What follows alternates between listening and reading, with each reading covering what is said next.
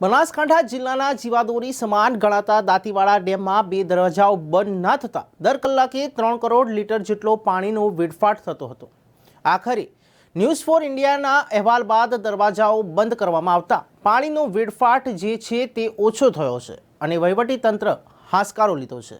ત્યારે બનાસકાંઠા જિલ્લાના જીવાદોરી સમાન દાંતીવાડા ડેમના 2 દરવાજાઓ 26 નવેમ્બરથી બંધ ના થતા વહીવટી તંત્ર સહિત દાંતીવાડા ડેમના અધિકારીઓ ચિંતિત બન્યા હતા।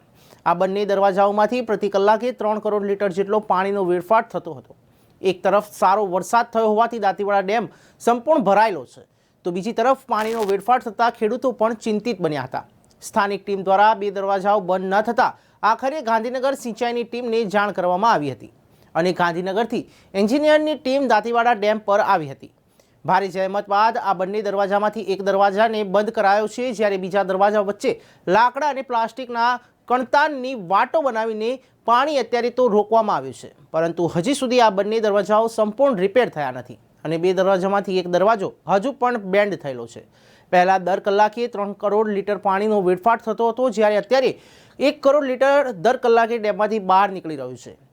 પાણી અત્યારે કેનાલમાં છોડવામાં આવી રહ્યું છે, પરંતુ જે સમયે આ ખેડૂતોની પિયત પૂર્ણ થઈ જશે ત્યારે ફરી એકવાર આ પાણી જે છે તેનો વેડફાટ શરૂ થશે। 9 દિવસ દરમિયાન ડેમમાંથી 0.70 ફૂટ પાણી ઓછું થયું છે, એટલે કે 535.395 મિલિયન ક્યુબિક ફૂટ જેટલો જથ્થો ઓછો થયો છે।